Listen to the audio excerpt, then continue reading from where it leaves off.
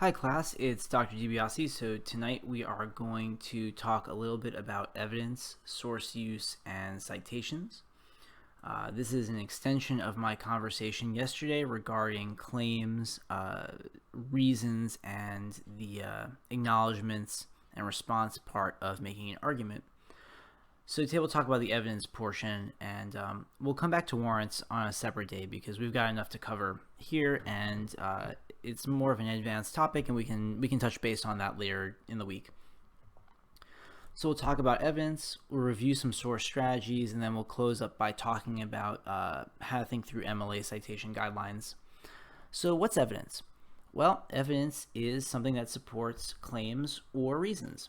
So you make an argumentative claim, you give reasons for why you're making it, and then in theory, you're going to provide evidence to help support that claim, right, to back up what you're saying. Now, it's really, really, really important to remember that evidence is not an argument by itself. Evidence, right, the data that you are presenting, cannot stand alone by itself in order to make the argument that you want to make.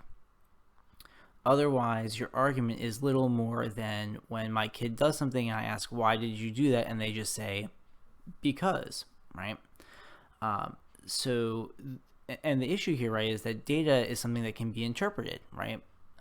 Your evidence is something that can be interpreted. And so just because you interpret that data or that evidence in a particular way does not guarantee that your audience is going to agree with that interpretation or make that sort of cognitive leap to follow how your argument is proceeding.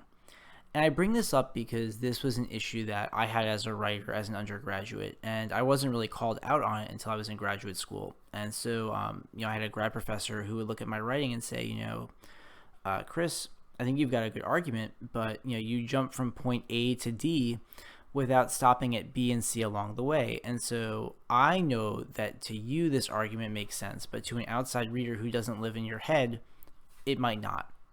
And it probably won't. So it's really, really important that when you provide evidence, and we'll talk a little bit about this in a bit when we talk about how to incorporate sources effectively, that you make sure to explain your reasoning for why you believe your evidence supports the reasons that support your claims. It's also important to remember that different kinds of claims are going to require different kinds of evidence, right? So the nature of the claim that you are making is going to some degree, determine the kind of evidence that you're going to need in order to make that case.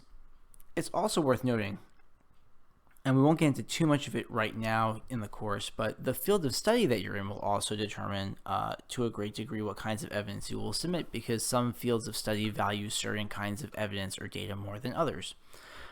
So for example, the social sciences have look favorably upon things like case studies, whereas other sciences do not. And that's fine, right? Different disciplines get to set the boundaries for what constitutes a good argument or good evidence among their members. And that's something we'll talk more about when we get to week 4, when we talk about discourse and discourse communities and sort of shared values and beliefs. So for example, right, if you are making an argument about fact, and again, we talked about this in the previous video, we're not really doing much of that in this particular project. But if you were to make an argument about fact, right, and I think an example I gave yesterday was, a chemical process, right? A chemist is trying to understand how a particular process plays out. Well, they develop the instrumentation, they observe the phenomena, and that observation becomes their way of providing evidence to support their claim of what is factual about that particular reaction.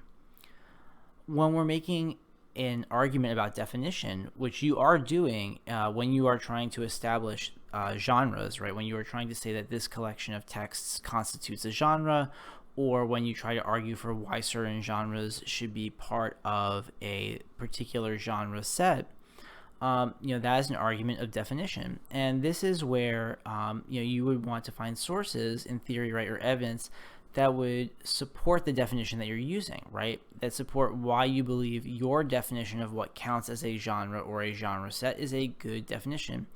And one of the easiest and most effective ways to do this is to look for pre-existing sources that establish the definitions that you're looking to use, right? So, for example, in our textbook, in chapter 2, they talk about genre, and they cite a couple of different scholars who offer insight into how to think about genre. And so you don't have to reinvent the wheel necessarily. Like, if you think that their definition of genre works, then you can use that and then establish, well, why am I defining this as a genre? Well, as such and such scholar notes, a genre is, quote, blah, blah, blah, blah, blah. And because that scholar's research and scholarship is already out there, it helps to lend some credence and some heft to your claim that what you're saying is a genre is in fact a genre. And the same applies for a genre set as well. Now, where you might play around with this would be, for example, if you wanted to argue that, you want to introduce a new kind of definition where you might like start with an existing definition of what something is and then say, I'm going to challenge that a little bit. But for the purposes of this paper, my guess is that most of us are not going to be trying to put forward sort of an alternative definition of what counts as a genre for the purposes of this kind of analysis. When we're talking about claims that deal with cause and consequence, right, which is essentially cause and effect, right? This thing makes this other thing happen, or at the very least, right, this thing might make this thing happen. We can see that in your analysis section where you are going to be talking about, for example, the impact of other genres on the college admissions essay, right? You are in some ways making a claim that, well, this particular genre, let's just say like the university admission statement, has an effect on the college admissions essay because it in some way shapes the way in which individuals understand their audience, the audience being the college, right? It gives them a sense of the audience's values. As we know, readers' values really play into how they interpret a particular kind of text.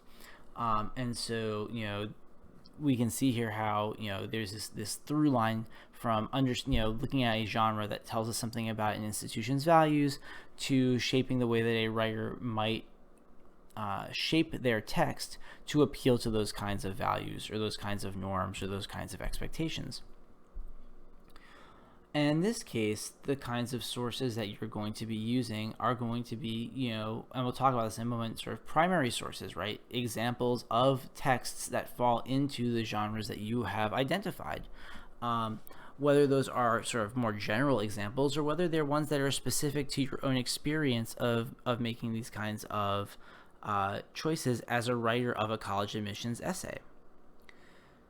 Now, when we talk about claims of evaluation, and just to kind of remind ourselves, right, a claim of evaluation is trying to make the argument for why one's approach to analysis or data collection is a valid way to go about it.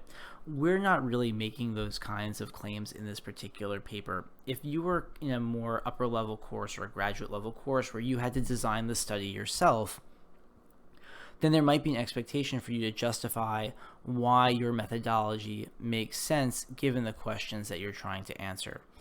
But for the sake of this project, I'm sort of ignoring that part of the process because I've provided you with a research question and a methodology that I believe to be appropriate. And I'm not going to ask you to try and unpack that or reverse engineer an answer for why this methodology is sensible for this particular kind of project. I've tried to explain that as we sort of go along, but it's not something that you need to necessarily be explicit about, but it is something to be aware of.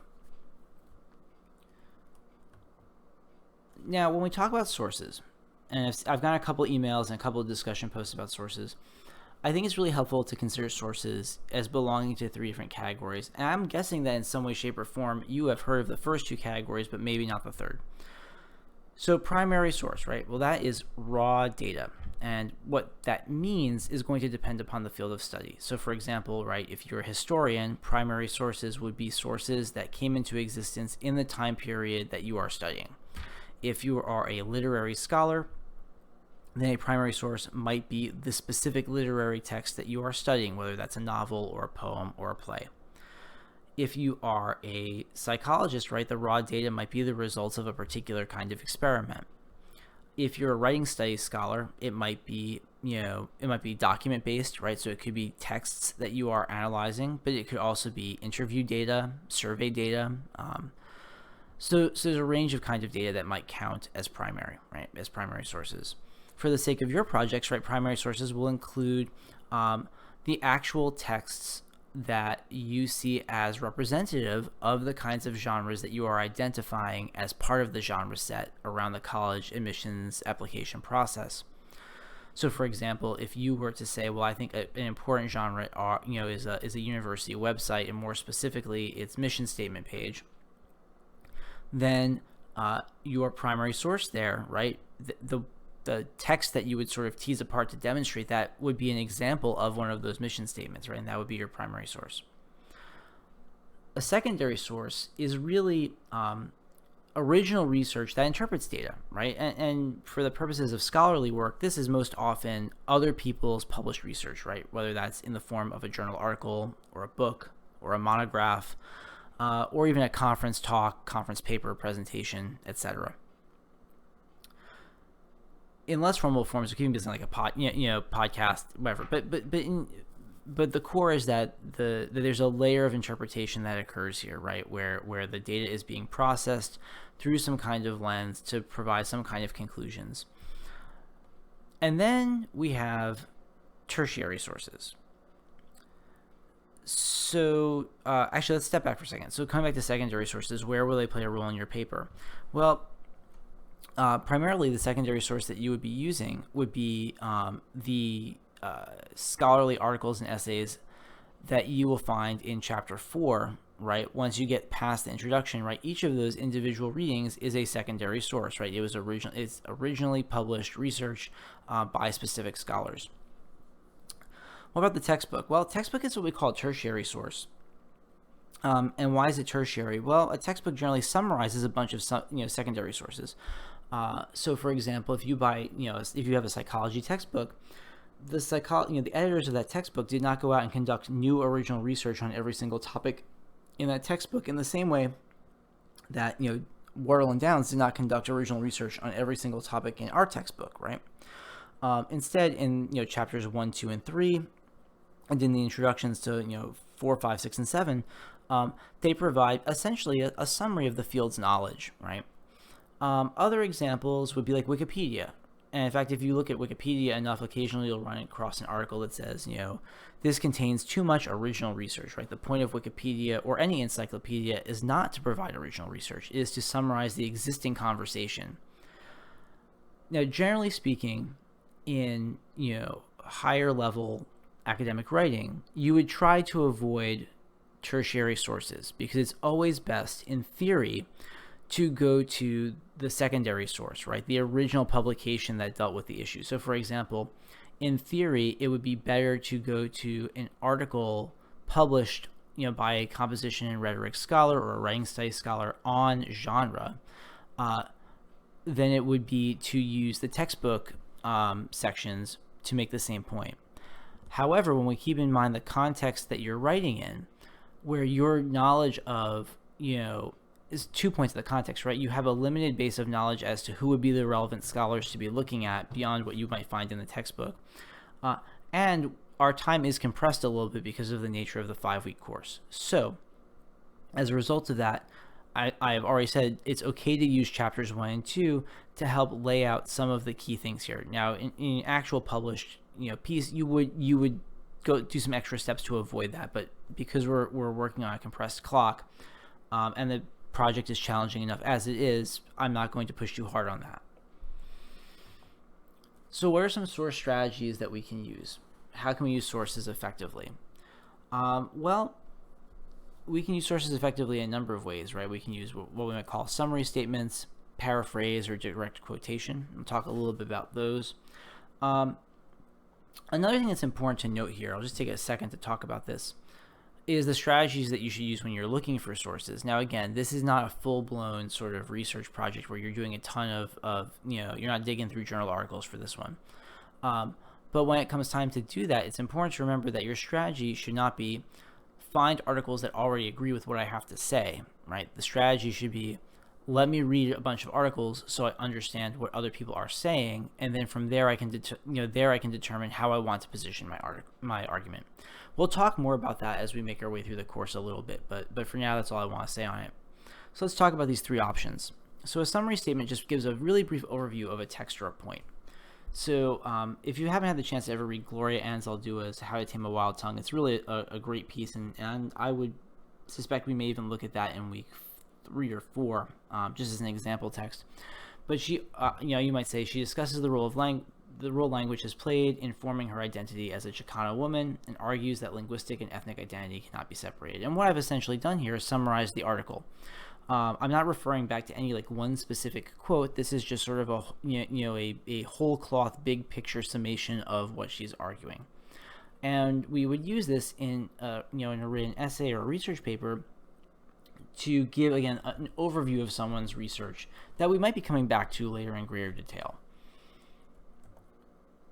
Paraphrase, as you might be aware, is simply restating an author's point in your own words, right? So it demonstrates that you have a fundamental understanding of the source text. You might also use paraphrase to make the text more accessible to the audience, right?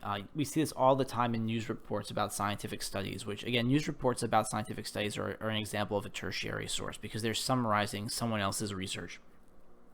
But they'll frequently, quote-unquote, dumb down the language almost to the point where it's useless, because they assume that their listener, viewer, reader, etc. lacks the sufficient scientific literacy to understand the central arguments. We can also use paraphrase just to reduce our reliance on wordy direct quotations. So there could be a stylistic reason why we're making that choice. And it should be, it's worth noting that in some citation systems, you're expected to always use paraphrase. So if you're using APA for any of your courses, the expectation of APA is that you do not use direct quotes, that you always use a paraphrase. In MLA, Modern Language Association, which we're using for this paper, direct quotes are perfectly valid, especially because frequently we are looking at the exact language. The exact language that's being used by a scholar may be particularly relevant to what we're trying to argue or how we're trying to use that source. And so direct quotes are significantly more permissible in MLA. Now, when we talk about direct quotes, right, we're using the author's exact words, and we're using quotation marks to mark that off, right? When we use a direct quote, we're really emphasizing the importance of the author's language, and it's really, really important that they don't stand alone. You need to introduce your quotes, and I give a couple of examples here, and I'll go into a few more just in another slide or two, right? But you need to begin the sentence with the author argues, or you use the name of the author, right? Lamott argues, Lamott suggests. And these are a couple of ways you can format depending on your language, right? So if you notice here, right, if you say, argues and you don't use the word that, then you're going to use the comma. If you are using that, you can skip the comma. Another way to format a quote, doesn't get used a lot, but I think it's a really valuable one, is if the quote is sort of a definition or an example of what you're just saying, you could use a colon. The author makes an important point about whatever the thing is, and then a quote that sort of demonstrates that. And just my usual caveat, right, never and always is most of the time, right? There's always exceptions, but we don't see a lot of that in this particular genre of academic writing. And this is important to note too, because if you're reading a novel or fiction or even journalism, frequently they'll start with a quote, but in most forms of academic writing that is not the case. So one thing that is kind of a pet peeve of mine as an instructor is overusing the word says, right? Because there are lots of better words than says, right? And it's important as a writer to try and be very clear about what you are saying, right? That words have meanings, right? To assert something is different than insisting. It's different than explaining. It's different than stating, right? Suggesting carries a different weight than again, assuming. And so these are just I'm not going to define each one of these words. You can pause this piece and look them up.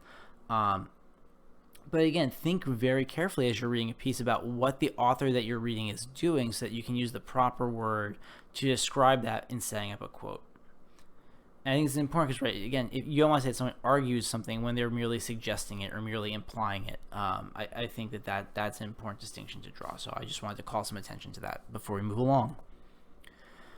Okay, I call this "Don't Forget the Sandwich," partly because I'm usually hungry and partly because I think it visually describes what we're talking about. If you are using a direct quote, and even if you're using a paraphrase, really, you cannot just start with a quote, right? You have to first lead in, as we just discussed here, right? There has to be some kind of formal introduction to the quote. There needs to be the quote or the paraphrase, right? You could say, such and such author has argued that, and then follow with a paraphrase of the argument. Either way.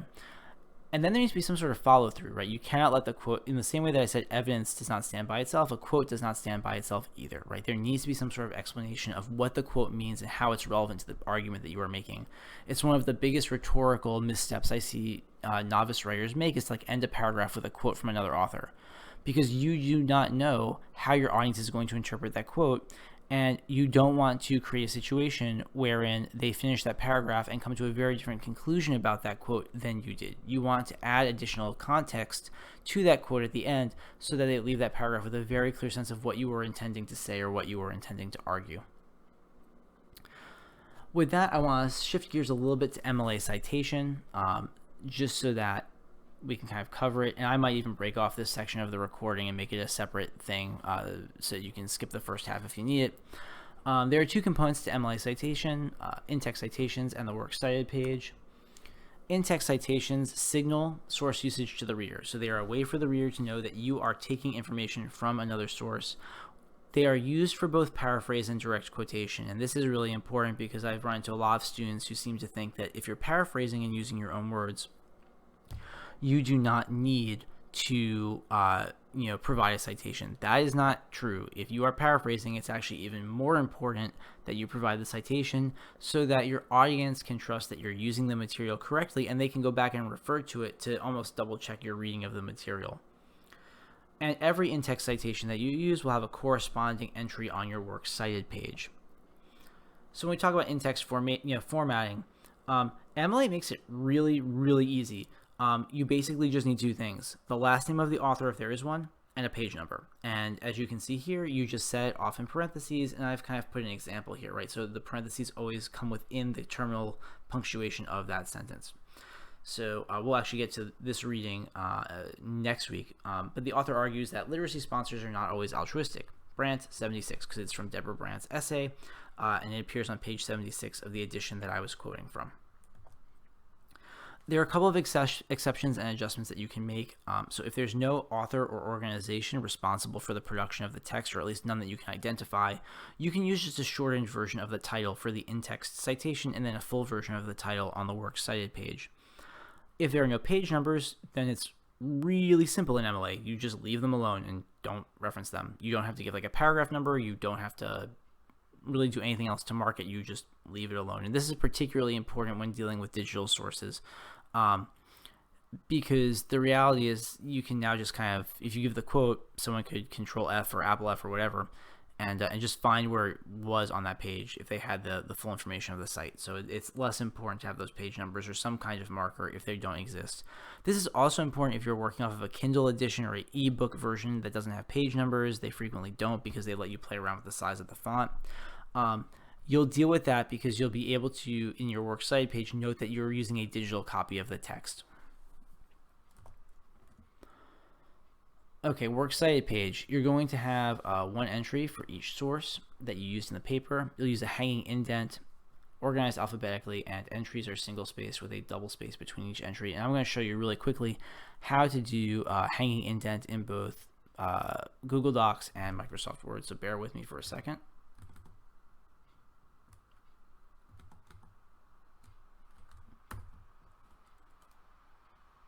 So I'm going to set up a new Google Doc.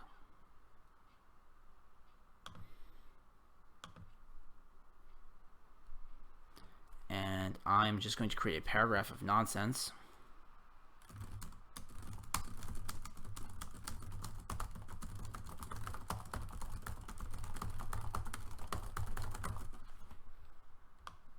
Just to illustrate this point.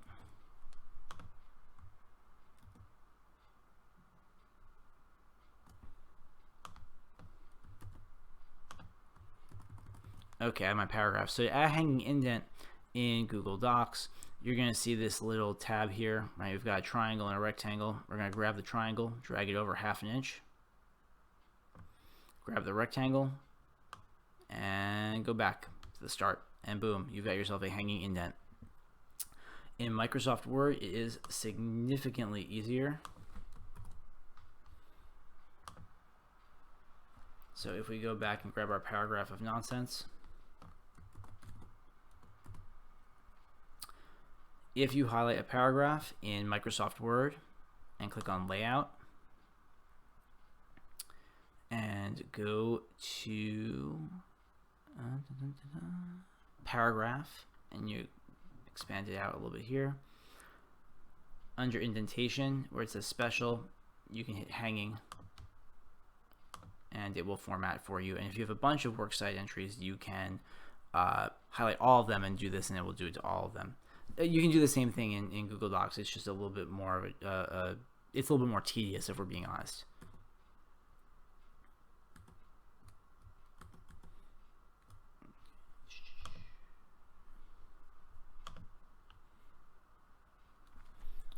Finally, entries are single spaced with a space between each entry. So this is what's, I think, most interesting about MLA.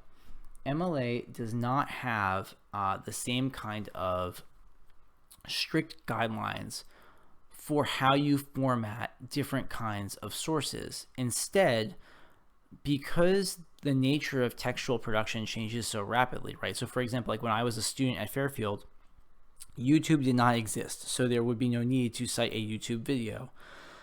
There was a very limited range of digital kinds of documents that you would access on the web, so there wasn't a lot of formatting guidelines for doing that. You certainly wouldn't be able to cite a tweet, right, or a social media post. These things simply did not exist. And so because new forms of textual expression are developed regularly, the Modern Language Association decided to create a very flexible system for citation with their most recent edition. And basically the way it works is this. There are 9 items of information that you could include in a citation. Author, the title of the source, the title of the container. So by container, if your source is a chapter, then the container is the book itself. If your source is a poem, then the container would be the book. If it's a journal article, then the container is the name of the journal. If we're talking about music, right, the song is contained within an album. And so it goes. Other contributors, so that would include things like editors, translators, etc. Version and number, that most often applies to journal articles. It's not really something that applies very frequently to books. Publisher, publication date, and location. And location here doesn't mean like where it was published. That's coming up next. Location is like page number or the URL. And in order to do an MLA citation, you just take your source and you fill in as many of these as you can in this order using the punctuation that they provide, right? So if you were to cite, your own college admissions essay, right, you'd have your name as the author, and that'd be last name, comma, I should make a note there, right, last name, comma, first, period. The title of the source would be the title of your essay, and if there's nothing else, then that's it, right? You're sort of done. The other thing that you can do, and I think it's really helpful at this point, Google is your friend. If you've got kind of an odd source, and you shouldn't for this paper, but if you've got sort of an obscure kind of source, Googling, MLA works cited citation and the name of that particular source will generally give you someone with a good example of how to do that. So I think that's just use all the tools in your tool belt, as my father would say. There's some optional information you could also include, though MLA does not require it. But if you have the date of the original publication, you can include that. I like doing that for digital sources so that if over time the source changes, having the original date of publication will give a sense of, it might explain why your quote might be different from what is currently appearing because maybe it got edited after the fact. You can also include the city of publication. It's not essential, but it can be included. It's not. It's just not required. So that's sort of the general overview. Now, I don't want anyone getting too hung up on the citations for the first drafts. That's not where I want your attention right now. But you can definitely come back and review this video as you are going through the process of doing revisions, perhaps even after you've submitted the draft, right, you can get, there's no reason why you can't start working on your works cited or go back and revise some of your citations while you're waiting to get feedback. And in the process, that will set you up for less work to do once you get your feedback. If you have questions about a citation, I am happy to answer them, but I'll ask that you throw them up in the discussion board, because if you have questions, someone else might have those questions as well. Other than that, I hope everyone's doing well, and take care.